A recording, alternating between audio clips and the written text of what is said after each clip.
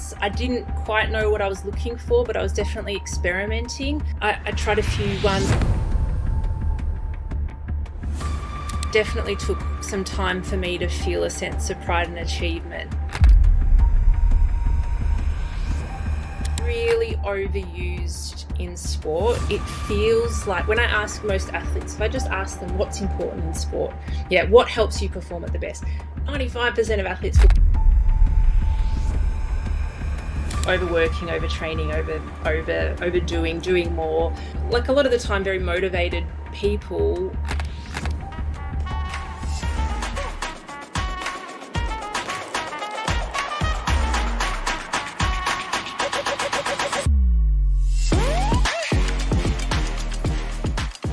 Hello, and thanks for tuning in today. This week's episode is brought to you in conjunction with Upskilled and their mini MBA. If you want to get the skills and knowledge to help move you forward without all of the big expense, then this mini MBA with Upskilled is the right way to go. Follow the link in the show notes and you can get $500 off. Caroline, welcome to the show. Great to have you on here today. Oh, thanks, Ryan. Lovely to be here and lovely to chat.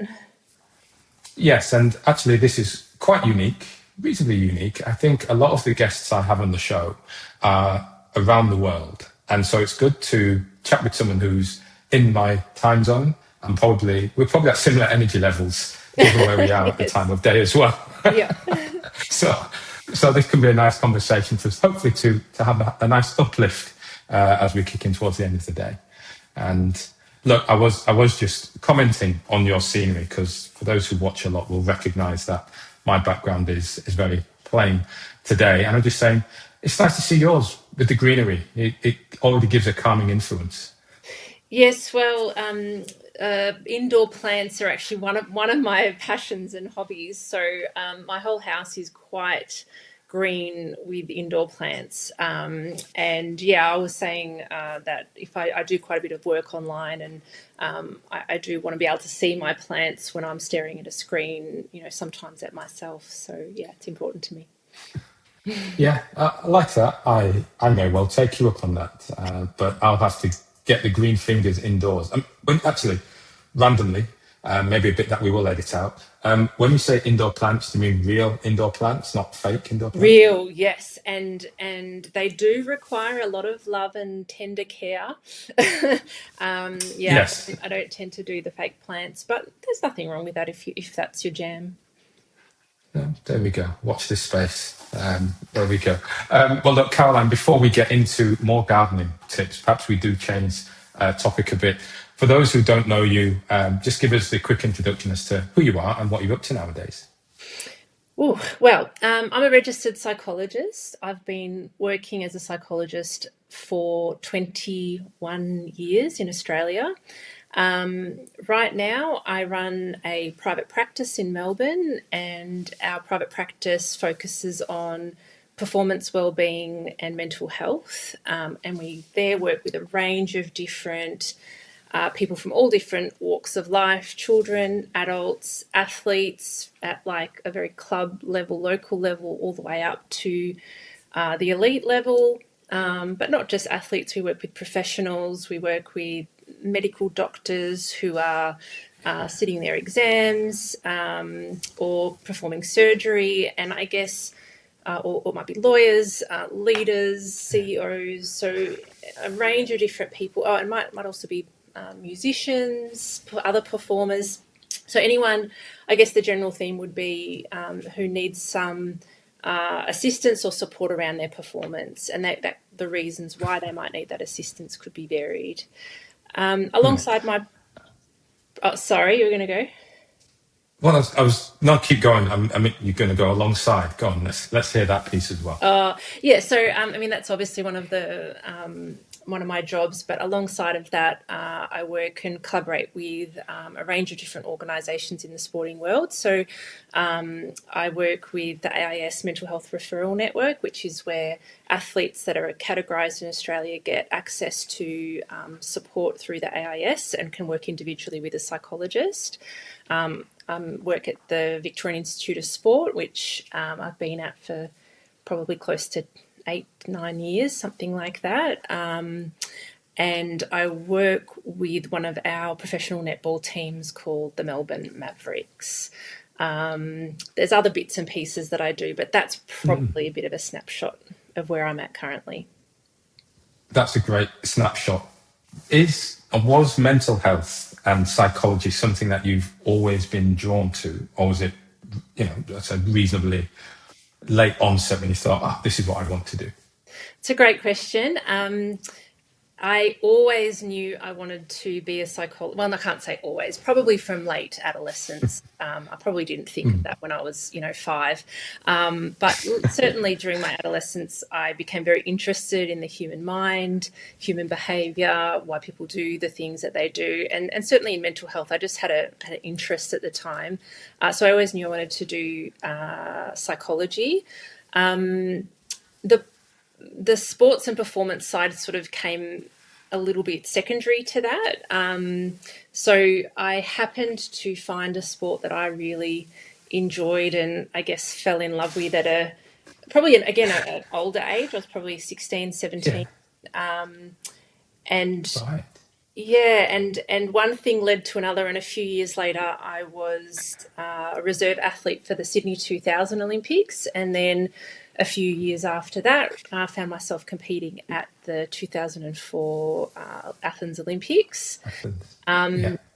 Even back then I still saw my career and sport as very separate entities. Right. And when I finished competing, when I retired, I focused fully on sort of clinical and mental health psychology for a number of years. And it was only sort of further on down the track that I kind of became interested, and one thing led to another. Sometimes the universe works in strange ways, and I found my path back into sport. And so then I can combine that kind of sports background, but also, psychology as well. So many questions already buzzing through my brain on that. One is your frequency of the use happened to and led to another. You sound very much, quite humble in the way that you happened to find a sport that you kind of enjoyed, and next thing you knew, you were reserve at the Olympics, and then hop, skip, and a jump, It's and you're kind competing of how at it the Olympics. Tell me the question I always love then. You say you got onto Taekwondo late. Was sport part of your life as a child? Were you surrounded by athletes and being encouraged to be out and about in sport? Yes and no. My family migrated from Europe, so English, I guess, was a second language when I, grew up. My mum was very passionate about teaching us and exposing us to all different things here in Australia. We had swimming lessons, we did tennis, we did a bit of everything, and she really wanted to give us those opportunities of trying different things. At school, I loved trying different sports. I was a captain of a whatever team there might have been at the time. I really enjoyed it, and I was okay at things, and I liked being okay. I didn't really have any desires for anything other than that, other than just general interest, liking sport, being interested. But I wouldn't have said I was competing at a high level, in anything really, until I happened to find the sport that I really enjoyed, which was Taekwondo. And how did you come about finding Taekwondo? It isn't a sport that is widely available. Believe it or not, I did it, and that probably actually was quite older. I was a bit older, early teen perhaps, when I started doing Taekwondo. But how did you find the sport? I was interested in. How did it find you? Yeah, I reckon it found me. I had been sort of interested in martial arts. I didn't quite know what I was looking for, but I was definitely experimenting. I tried a few ones that weren't for me. I was like, oh no, this doesn't feel right. But I certainly was at the time exploring some different martial arts, and at my high school at the time, you could do electives for certain sports at certain times of the year, and Taekwondo was one of the sports. So it's my coach that I had for many, many years ended up coming to my school, and what I was attracted to was the sports side of the sport. So obviously in Taekwondo, there's a very traditional martial arts side, which is, much more about self-defense, and, you kind of go through your belts and so on. But it was the competing and the sports side was, I think that's what I had been looking for, but didn't really know what I was looking for. Yeah. Hi, I want to take this moment to thank Upskilled and their mini MBA for sponsoring this week's session. One of the great things about their mini MBA is it allows you to gain the skills and knowledge to help propel you that little bit further forward. It gets you understanding the vocabulary in the room, and also gives you some of those skills to navigate the corporate career, the government career, or indeed stepping into not-for-profit. So big thanks for Upskilled and the mini MBA for sponsoring this week. And hey, check it out. Link in the show notes. You can get $500 off. And so you went then from being okay with being okay to finding this competitive edge that made you want to be, well, better than okay. Yeah, but I think that just took a bit of time. Like I said, I started it, I really loved it, I enjoyed it, but still had no aspirations other than want to give this sport a go, try going into a couple of competitions. But I just really loved it. And even then, when I loved it, I still didn't think it was going to, anything was really going to happen. I remember one time my coach saying, in training, you got to push harder. You'll never make the world championships. And I was like, as if I'm going to make the world championships. Like, that's ridiculous. He was saying it to like kind of inspire me in the moment. Yeah, to cheer you up. But I was like, that's a weird thing to say. And one day I did go to a world championships, which is pretty crazy. So look, I think once I started competing regularly, then things just happened. Well, that's it. So is there a defining moment when you realized, hey, I'm really good at this? Yeah, it probably just dawned on me slower the more competitions I did. And as I said, quite quickly, we were suddenly, we had a couple of national championships. And then the next natural thing was competing for a spot on the, within the wider Olympic Australian team. I just feel like all of that happened kind of relatively quickly, I guess. And I don't know if I ever had a realization that I was good. I think it was more I could do this. Interesting.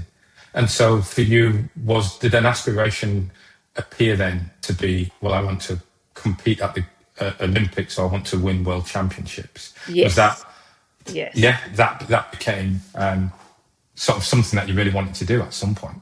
Yes. So once I sort of qualified for that wider Olympic or made the Australian team, then I was like, okay, this is what I'm going to spend the next 4 or 5 years focusing on. Yeah. And that's what I was able to do.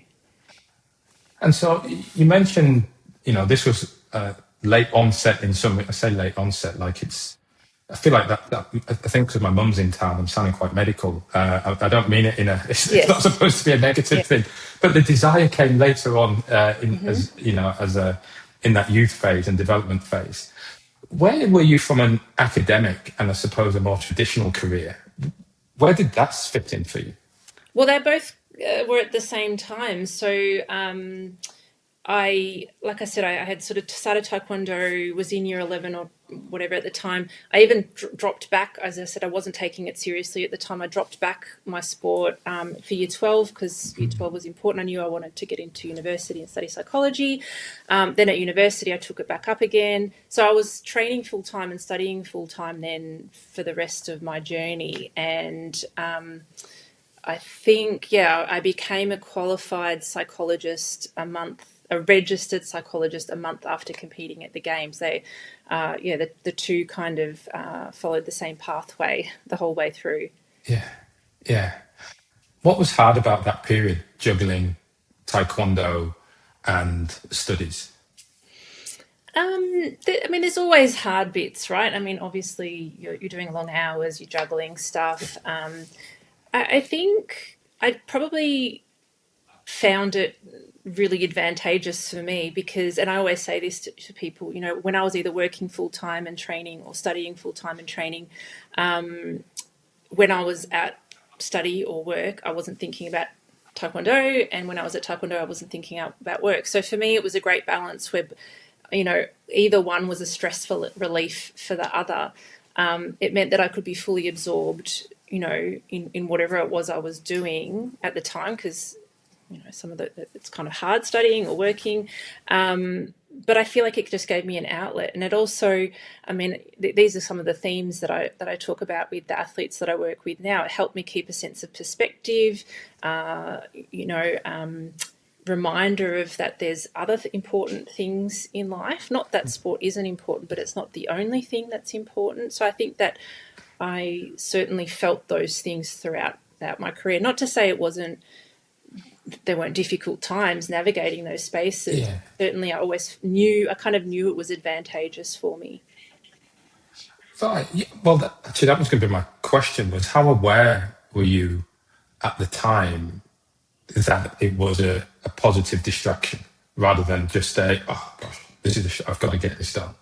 Yeah, I think I was aware to some extent because I was just equally passionate about both. It wasn't that one was like, you know, that, oh, I'll do this because I have to. It was like I felt equally passionate about both areas. So I guess that helped me move in those directions. There definitely would have been moments of, you know, I came from a low funded sport, so we got a little bit of funding to travel and do things, but it's not like we were getting paid a wage, which in some sports they are, not many, but they do. And I think sometimes seeing other athletes that could afford not to work because they would earn wage, there was, you know, I'm sure there was moments where I was like, oh God, I wish that was our position. You know, we're never going to have that in our sport. But I think I also recognised that despite that, it was still helpful. Yeah. And as you were going through your sport, and look, you were able to see the benefits of it. Did you have, or what was the support around you like at that time? Did you have, I'm trying to think back, 2000, was there a practitioner network Oh no, of people to no, reach no, out to and support? No. So the how landscape, did you, yeah, yeah, certainly looked very different back then. tell me Look, about it. I had a positive experience in sport for sure. I think my experience at the Olympic Games was challenging for various reasons, but overall I look back and go, wow, I learned a lot, had a great experience. But, you know, there certainly were challenges within the system. I mean, any sport has politics and bureaucracy and things. But so I definitely don't think that a focus at the time was of athlete well-being. You know, that's come in much more in the last 5 to 10 years. Yeah. As I said, I don't feel like I was, you know, that inadvertently negatively impacted me. It was just obvious that kind of wasn't the main factor driving things, really. I just don't think there was the awareness or the conversation around it. I think you're right. Yeah, I fully agree. I think at the time it was performance. You know, then you're an athlete. You're here to compete, to perform, and the focus is on enhancing that with little focus on the person. Yes. So, well, I mean, like I had a supportive family, had a supportive partner, still, you know, my husband. You know, not everyone understands sport though, and I think you can have really supportive friends and family around you, but they don't always really kind of know what it feels like to be in that position, which is why I think having professionals in that role now in the system that we have now who really understand the context of sport and can provide that sport is really important.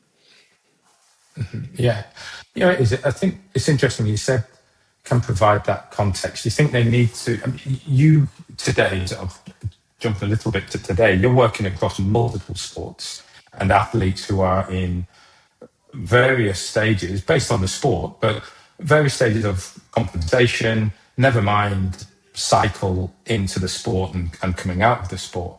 Do you think your experience as, you know, in Taekwondo as an Olympian, how do you think that helps to provide context to these athletes across all of these different disciplines? I mean, it helps me and my understanding. I think it helps the athletes know that I understand because I've been there before. But I also don't feel like you have to have been an Olympian or an athlete to be able to understand a context and environment. I think it's if you surround yourself in that environment, or you work in that environment, or you're perceptive and understand, the nuance and the complexities of a sporting environment. I don't think you've had to have personally been there, but of course, I feel like it's helpful for me. When I worked, it's 2 years ago now. I worked at an Olympic Games, so in the Paris Olympics, with the AOC as the lead psychologist, and I definitely feel like it gave me an advantage to know exactly what that first time Olympian's feeling, and that I can relate to that on a professional level, but also on a personal level. Yeah, I bet it did, and I do want to come back to that experience and a bit of reflection as well. But I'm interested in coming back to your experience, and one of the bits, obviously this show is about finding that career clarity and managing that transition. At what point in your athletic career did you start to think, hold on, that's going to have to drop down now, and I'm going to have to up the more traditional career path? Again, I feel like I'm just very lucky in that I only ever wanted. I didn't have aspirations to keep going for another Olympics and another Olympics and another Olympics. I felt kind of pretty lucky to have gotten to one. I always kind of knew from an age perspective, look, that's a good age. I achieved what I wanted to achieve. Got to the games, probably could have performed better, but that's okay. That was... How was that? Hold on. How was that okay? How was it okay to make it to the games, but then the performance not meet where you want it to be? 20 years of work, 20 years to come to terms with it. No, it is hard. And again, this is the conversation I have all the time with athletes. I think it definitely took some time for me to feel a sense of pride and achievement that getting to the games and competing was enough. And it didn't have to be about, being, coming home with a medal. That would have been amazing. For a long time, there was disappointment and beating myself up, and I could have, should have, would have. But it's been a journey for me to look back and go, look, that was enough and it's okay. And that wasn't the plan for me, and that's all right. And I guess, maybe having my career to focus on was a part of that, that, as I said, I pretty much always knew I only wanted to do one games. And I knew that I had something else to be passionate about and work towards and put my energy into. So I think that kind of helped with both, I guess. But definitely it takes time when you don't get the outcome that you want. Yes, yeah. Have you ever doubted psychology being... have you ever doubted the career that you're in now? Did you ever think, actually, maybe I should do something else instead? Oh, yeah, sometimes I fantasize about, all the things that would maybe be a bit less stressful in life. No. I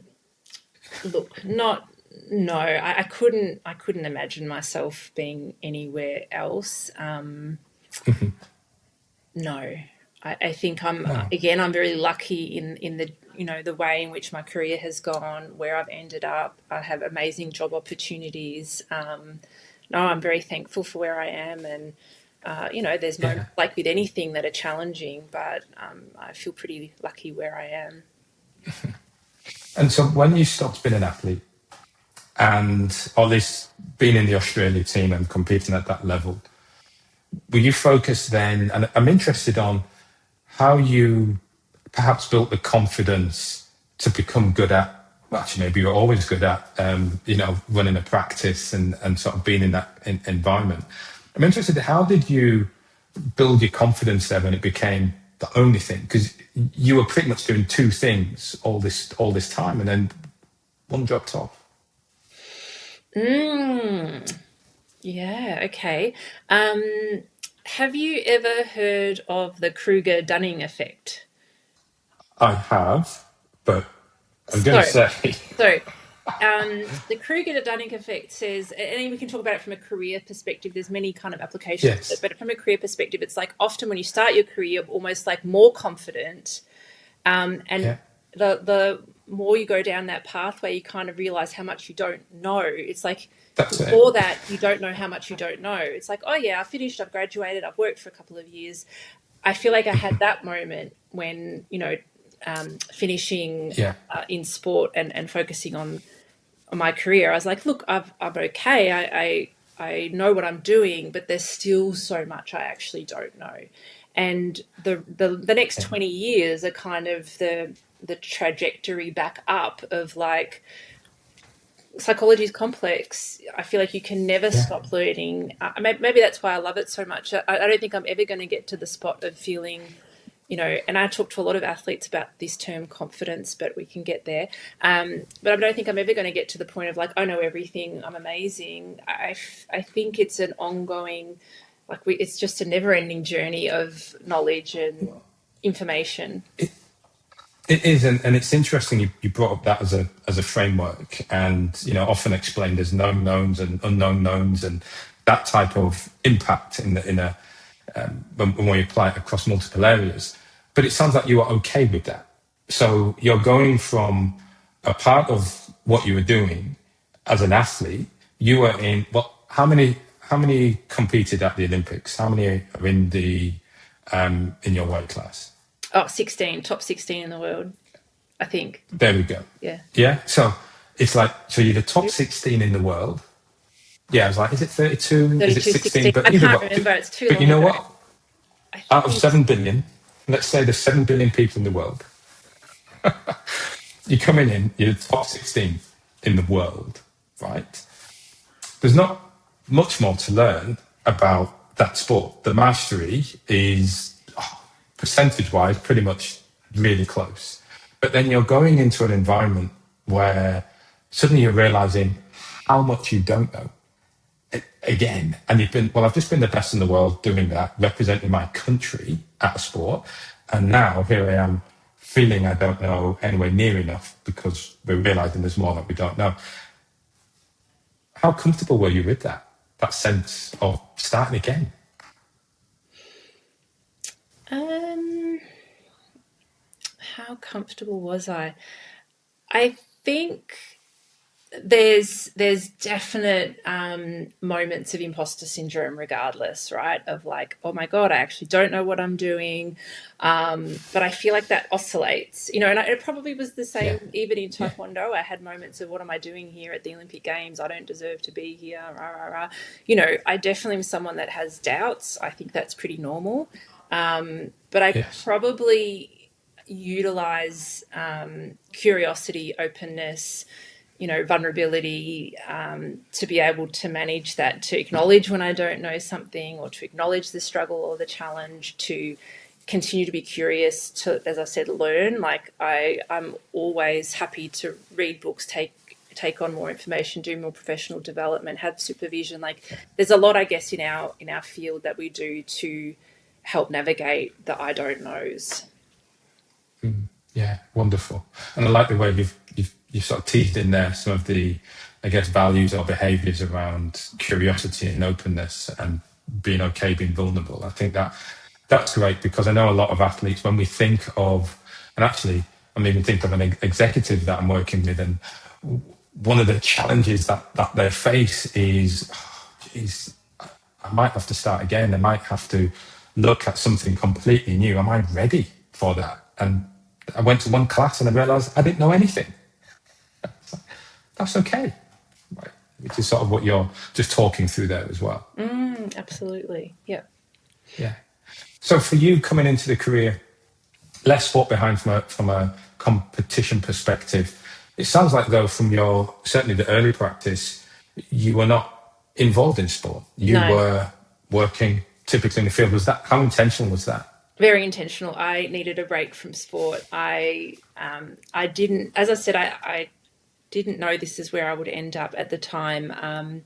no, I absolutely needed a break, and I think it was the best thing for me, to sort of really step. I think if I had have, gone straight into sport, I think that would have just been too challenging for me. So I did need a break. I needed to step outside. I needed to, really hone in on my skills as a psychologist. As I said, working in mental health and clinical settings, and I just feel like that is what gave me the foundation to then navigate and come back into sport when I felt probably ready. There we go. So you felt ready to come back into sport, and did sport come knocking, or did you start sort of Yeah, that's hovering what I around again mean. and like, I yeah, can't, it was about 12 years ago, 15, 12 years ago, something like that. I feel like it was just a natural step by step thing. It was a little bit probably me being ready. I guess, if I was working in private practice, someone might say, "Oh, you used to be an athlete. Do you want to work with this person on their mental health?" And I'll be like, "Oh, yeah, sure." And then I think I started training about 15 years ago in a different approach, which in a different model of working, which is called acceptance and commitment therapy. And when I started training in this a long time ago, I did have a bit of a light bulb moment of like, wow, this is quite different to what we call traditional CBT, traditional cognitive behavioral therapy. And there was this sort of realization of, I guess, what was kind of around at the time when I was an athlete, in the performance psychology space, had changed a lot. Well, it probably just wasn't very helpful at the time for me. I couldn't relate very yeah, much to it, and it was when I started learning about these newer, broader techniques, I realized that that was something that could have been beneficial to me, and therefore potentially would be beneficial for other athletes.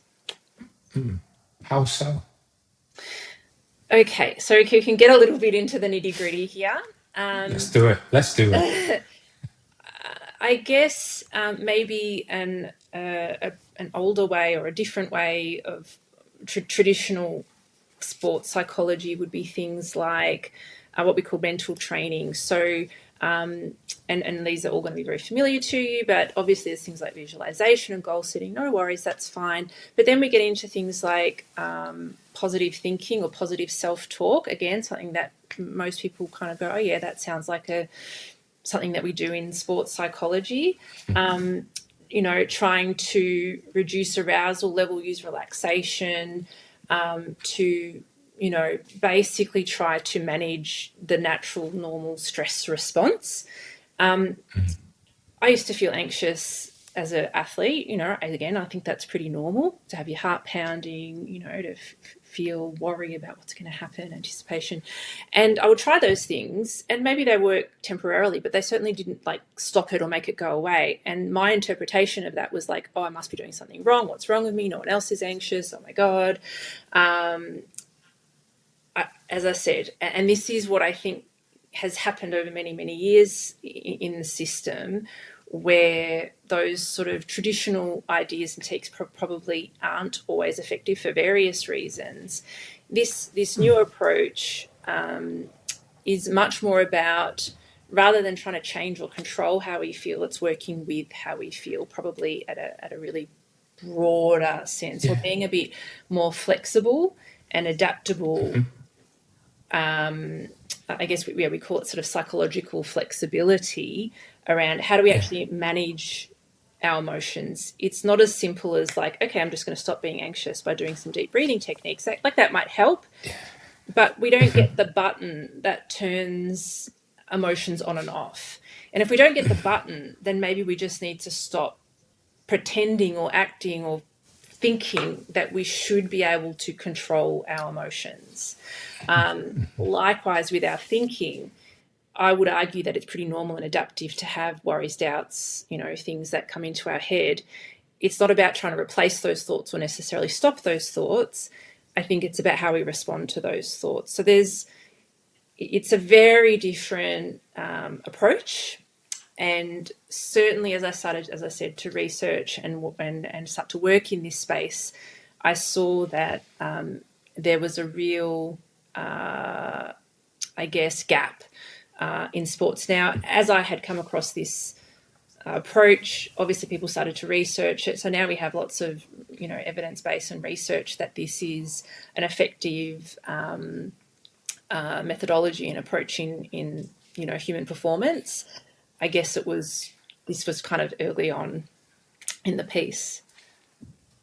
Yes, yeah, and it is really fascinating because you talk about the button, and I always remember as a young player being told that I'm not a tap. You can't turn it on and off. So we can't just say, yeah, now you're in this mode and this is how you should feel.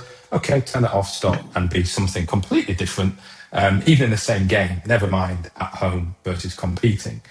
And so, as I hear you explaining this acceptance of how I feel, never mind the performance part, but actually being accepting of that emotion and leaning into the fear and say, great, when I feel fear, what should I do rather than completely block it off and ignoring? So, what's the second part of that? You talk then about that acceptance of feeling. What's the commitment part? What do you do then? Oh, great question. Oh gosh, I feel like I could talk for like 2 hours now, but I won't. I'll try to be succinct in my answer. So I'll just go back one step. Why are we accepting fear? Well, because to do hard things, if you want to sit on the couch, you probably won't feel much fear. If you want to go and do things that are important and meaningful to you, fear is a natural consequence of those things. Whether it's fear, nerves, anxiety, however you want to describe it. Majority of the time, that nervous system response, so our activation of our sympathetic nervous system, is actually pretty beneficial for sport, right? It doesn't feel very comfortable when your heart's pounding out of your chest or you feel nauseous, but really it is an adaptive response that is going to help harness your energy or save energy where you don't need it because your body is reacting to threat.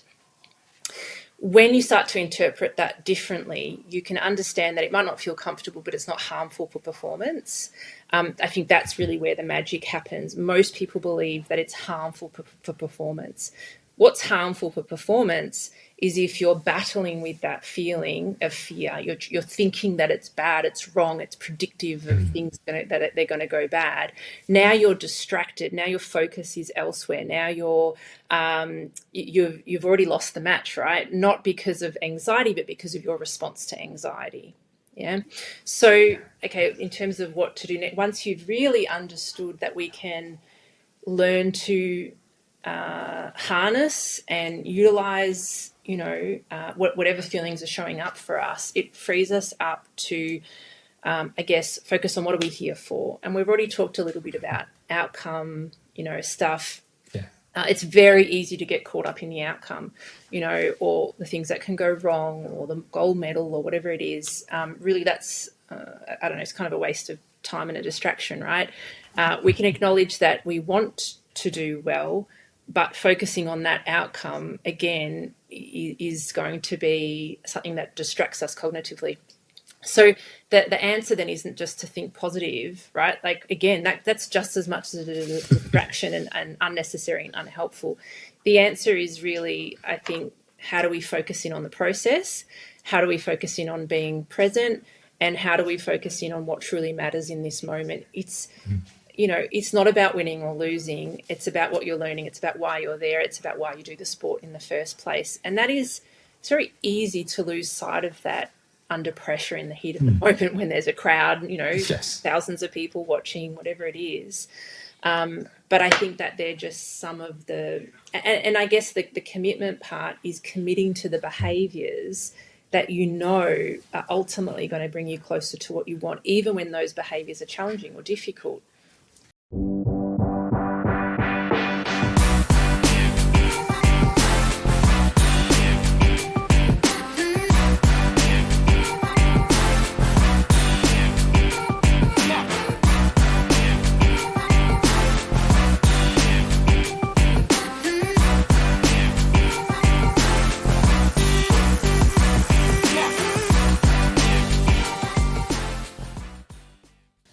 Yeah. Yes. And then it's, I guess, a confidence piece to feel, and that's where practice comes in. perhaps I've done this before, I've had this feeling before, and when I feel like this, these have been some of the behaviours or actions that have helped me to manage it in order to perform without, as you say, being destructive. Destructive in the in terms of the performance and the competing side. Yeah, I think definitely being able to practice the skills. It's not just about doing it in the one moment of a competition. It's like I talk to athletes about how do we practice this stuff completely separate from training, as an example, or yes, how do we bring it into training? You said something about confidence. Yeah, we can feel a bit more confident after the fact, but I tend to err on the side of caution of even using that word. I think we're very focused on. Tell me more. Yeah, sorry. No. Well, actually, no. Please go. No. Go ahead. Go ahead. Tell me. Confidence. Careful using it. Really overused in sport. It feels like when I ask most athletes, if I just ask them what's important in sport, what helps you perform at the best, 90%. 95% of athletes will go confidence. That's their first answer. Now, why do they say that? We've kind of been taught that. It's a conversation, coaches, parents, we kind of are bombarded with these messages of you got to be confident, right? I feel like that was around when I was an athlete many years ago, and I feel like the conversation hasn't really shifted a lot since then. The problem is, again, can you just make yourself confident? Can you turn it on and off? And so again, the conversation is, well, if it's not something I can influence confidence, maybe if you want to look at it in those terms, by what I do over time. But I would just argue that confidence, like any emotion, fluctuates. Happiness fluctuates. Sadness fluctuates. I don't feel sad all the time, but occasionally I feel sad. I don't feel happy all the time, but I do definitely feel happy. I think most athletes, I don't know all athletes, but the athletes certainly that I work with over the last 10, 15 years, if I ask them about, are there times when you feel confident? They're like, of course I do. But do they feel confident as a stable factor that never fluctuates? Absolutely not. Something bad happens, a coach says something, you wake up in the morning feeling crappy, your confidence goes down. Yeah, that's what emotions do. They fluctuate. So where the problem lies is that when people attribute confidence to an outcome or performance. So a lot of the time an athlete might think, well, okay, there was this race and I was feeling really good and I was feeling really confident and then I performed well. And then I had this other race and I was feeling terrible and not confident and then I performed really bad. And so they kind of come up with this neat little formula that says, when I feel good, I perform good, and when I feel bad, I perform bad. But really, if we extrapolate that out, there's probably more conditions, which is that you can feel really confident and really great and have a terrible game. And then you can you can wake up terrible and not confident, and you can go out and have a great game. And it's because how you feel isn't predictive of performance. It's behavior, actions, and attention that's going to influence performance. Yes. So, like I said, it's much more about how we're responding to the emotion than the emotion itself. Yeah. I love the refinement. I really do, because where I was using the confidence and I slapped myself on the wrist, and mainly because it's used, the way I used it as well was it covered probably too many things. Oh, yeah. And so as a result, what you're really saying is no, go deeper with that response and say, right, well, what is it you're doing? Because I believe confidence is almost a reflective feeling, meaning you build confidence by doing. Yes. Yeah. So you look back and say, yes, and why? Because these things lined up and this happened. Yes. Therefore, confidence comes through. So I love the refinement in breaking it down and saying, well, I agree that it comes after. The only thing I'm not saying we do never feel confident when we do. The only thing is even if it comes after, I think, again, another trap is they go, well, okay, I won, I did really well, I got that result, now I feel confident. But the confidence then doesn't last either, right? Like, it then doesn't mean the next competition they're going to, but I think the expectation is that it will. So if I go to a concert, and I have an amazing time and I'm on this high and I feel really great and I'm like, oh, that was the best night. I might feel like that for a day or maybe 2 days or even 3 days. But after that, it fades. Yeah, I can remember and I can go, yeah, that was a really great experience and I had a great time, but I don't feel it anymore. Yeah. Yeah. And I do Yeah. think that confidence is a little bit like that. Yeah. I like it.